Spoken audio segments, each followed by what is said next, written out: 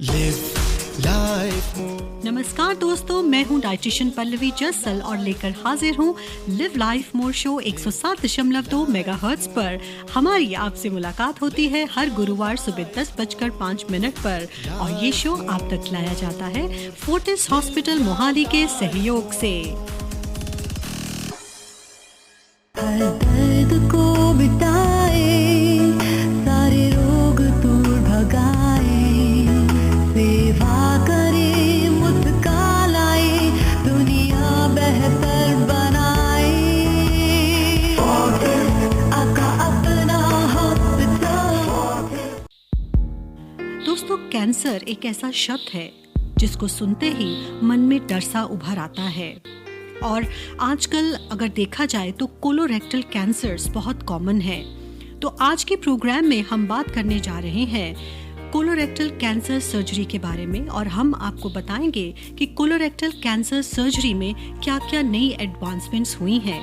और आपको ये बताते हुए मुझे बहुत खुशी है कि हमारे साथ आज हैं डॉक्टर राजीव कपूर, जो मोहाली के एक मल्टी स्पेशलिटी हॉस्पिटल में डायरेक्टर कोलोरेक्टल सर्जरी हैं। डॉक्टर कपूर, आपका बहुत बहुत अभिनंदन है आज के लिव लाइफ मोर शो में। Hi Pallavi and good morning listeners. It's always a pleasure to be here. Doctor साहब, कोलोरेक्टल सर्जरी में आपने एक मुकाम हासिल किया है। पहले हमारे देश में, फिर आप ऑस्ट्रेलिया गए, फिर आप वापस अपने कंट्री, अपने लोगों के बीच आए उनकी सेवा करने के लिए। तो कोलोरेक्टल सर्जरी में आपका एक बड़ा मुकाम है।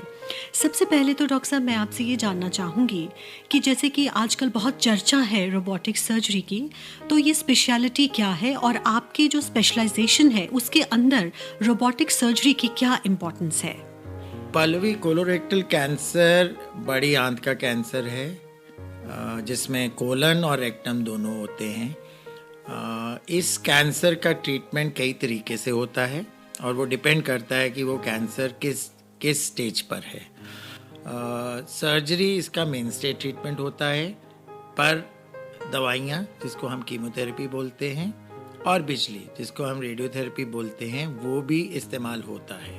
जैसे आपने पूछा कि आजकल लेटेस्ट रोबोटिक सर्जरी का इसमें क्या रोल है, उसके लिए पहले मुझे आपको ये बताना पड़ेगा कि रोबोटिक सर्जरी क्या है और फिर मैं उसका कोलोरेक्टल कैंसर के ट्रीटमेंट के रोल में समझाऊंगा। पल्लवी, आमतौर पर यह सोचा जाता है कि रोबोटिक सर्जरी में ऑपरेशन एक रोबोट या कंप्यूटर करता है और इसमें डॉक्टर या टेक्नीशियन का कोई रोल नहीं है। ये गलत है। आपने ये देखा होगा कि आपके बच्चे आजकल ये Xbox, play station, video games खेलते हैं जिसमें कंट्रोल बच्चे के हाथ में होता है और एक्शन सारा आगे टीवी या मॉनिटर पर होता है। पर ऐसे ही ये रोबोटिक सर्जरी है, ये एक माध्यम है, एक मशीन है जिसमें कि हम बॉडी में इंस्ट्रूमेंट्स डालकर वो इंस्ट्रूमेंट्स एक मशीन को पकड़ा देते हैं और फिर सर्जन एक कंसोल पर बैठकर ऑपरेशन करता है। सो जो मूवमेंट सर्जन कंसोल पर बैठकर करता है वो मशीन या रोबोट इंस्ट्रूमेंट्स में ट्रांसलेट कर ऑपरेशन के स्टेप्स परफॉर्म करता है। और यही तरीके से कोलन और रेक्टम का कैंसर भी ट्रीट किया जाता है। तो डॉक्टर साहब, आपने बहुत ही सरल ढंग से हमारे श्रोताओं को ये समझाया कि रोबोटिक सर्जरी दरअसल एक सर्जन ही परफॉर्म करते हैं, लेकिन जो माध्यम है वो एक रोबोट होता है। तो डॉक्टर साहब, ये जैसे जैसे मेडिकल फील्ड में तरक्की होती है, एडवांसमेंट्स होते हैं, तो जाहिर सी बात है ये पेशेंट्स के फ़ायदे के लिए ही किए जाते हैं। तो डॉक्टर साहब, मेरा अगला सवाल ये है कि कोलोरेक्टल सर्जरी में रोबोटिक्स को इंट्रोड्यूस करने के क्या क्या फ़ायदे हैं? बल्कि कोलोरेक्टल कैंसर के ट्रीटमेंट में ओपन सर्जरी में एक बहुत बड़ा चीरा लगाना पड़ता है।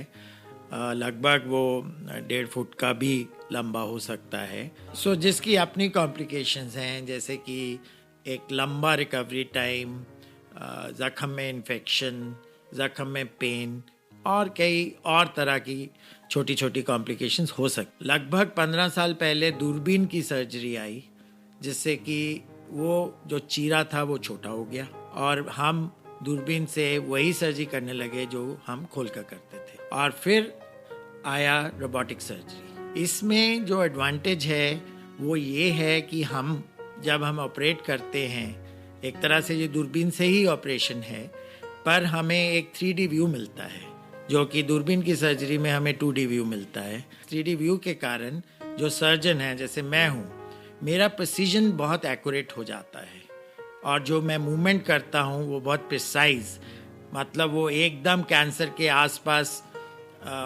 कट करता है और जो वाइटल नर्व्स हैं, ब्लड वेसल्स हैं और स्ट्रक्चर्स हैं, मैं उसको बड़े ध्यान से बचा सकता हूँ, जो कि 2D विजन में भी पॉसिबल था, पर उसमें उतनी प्रिसीजन नहीं थी। तो डॉक्टर साहब, ये तो आपने बहुत ही इम्पॉर्टेंट बात हमें बताई कि प्रिसिशन और मैग्निफिकेशन बढ़ जाता है और सर्जरी के आउटकम्स बेटर होते हैं। तो डॉक्टर साहब, क्या इसके अलावा भी आपको लगता है कि रोबोटिक्स एक बेटर ऑप्शन रहता है पेशेंट्स के लिए, पर्टिकुलरली वो पेशेंट्स जिनको कोलोरेक्टल कैंसर होता है? पल्वी, जो रेक्टम का कैंसर का ट्रीटमेंट है, ये एक बहुत ही लिमिटेड स्पेस में होता है और ये बहुत ही डेप्थ में जाकर ऑपरेट करना पड़ता है, जिसकी अपनी मुश्किलाहट है।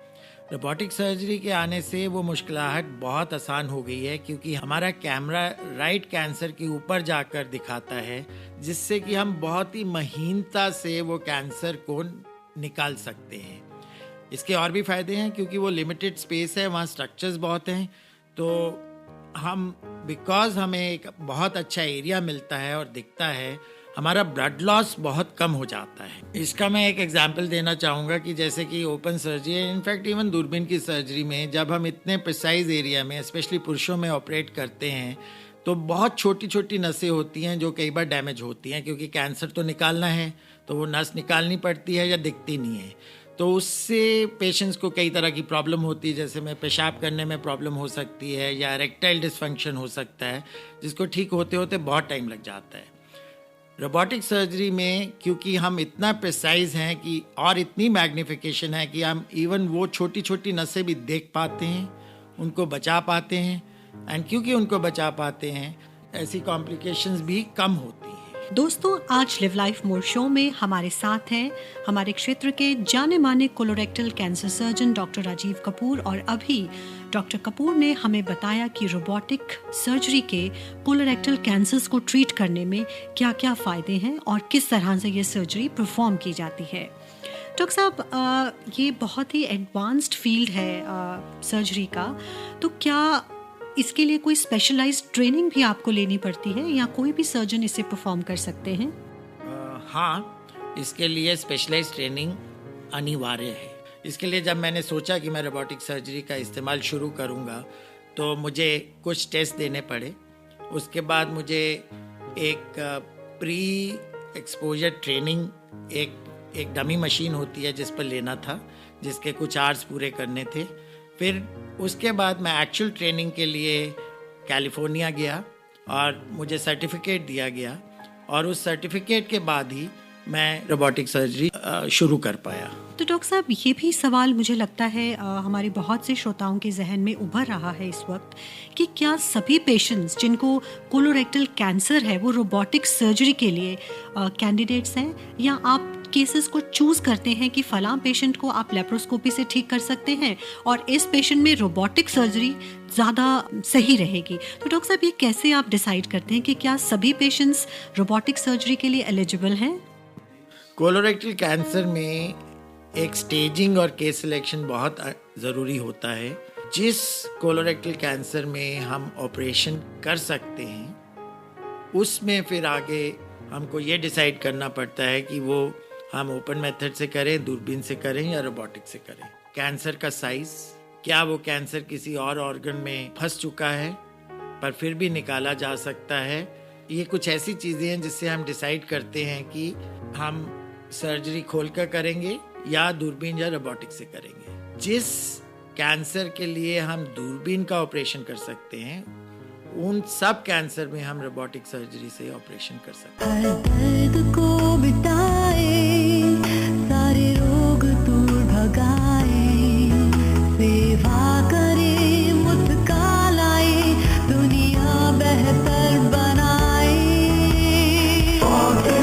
आका अपना हॉस्पिटल। Live life more. दोस्तों, अब आप जान चुके हैं कि कोलोरेक्टल कैंसर में रोबोटिक सर्जरी का क्या महत्व है, और इसके लिए हम धन्यवाद करना चाहेंगे हमारे आज के विशेष अतिथि डॉक्टर राजीव कपूर का। डॉक्टर साहब, आपका बहुत बहुत धन्यवाद हमारे श्रोताओं को इतनी महत्वपूर्ण जानकारी रोबोटिक सर्जरी पर देने के लिए। थैंक यू पल्लवी, और एंड आई होप कि जो इन्फॉर्मेशन हमने अपने लिसनर्स को दी है उनके लिए तो दोस्तों, आज के लिव लाइफ मोर शो में इतना ही। हमारी आपसे मुलाकात होगी अगले गुरुवार सुबह 10:05 पर। लेकिन जाने से पहले मैं आपको बताना चाहती हूँ कि अगर आज के विषय पर आपके कुछ प्रश्न हैं तो आप हमें कॉल कर सकते हैं। हमारा नंबर है 9876507444। जी हाँ, 9876507444। इस प्रोग्राम को ऑनलाइन सुनने के लिए लॉग इन कीजिए livelifemore.com या facebook.com/livelifemoreofficial पर। This is dietitian Pallavi Jassal now signing off until we meet again. Take care and live life more. This program is conceptualized by Dr. Sandeep Jassal.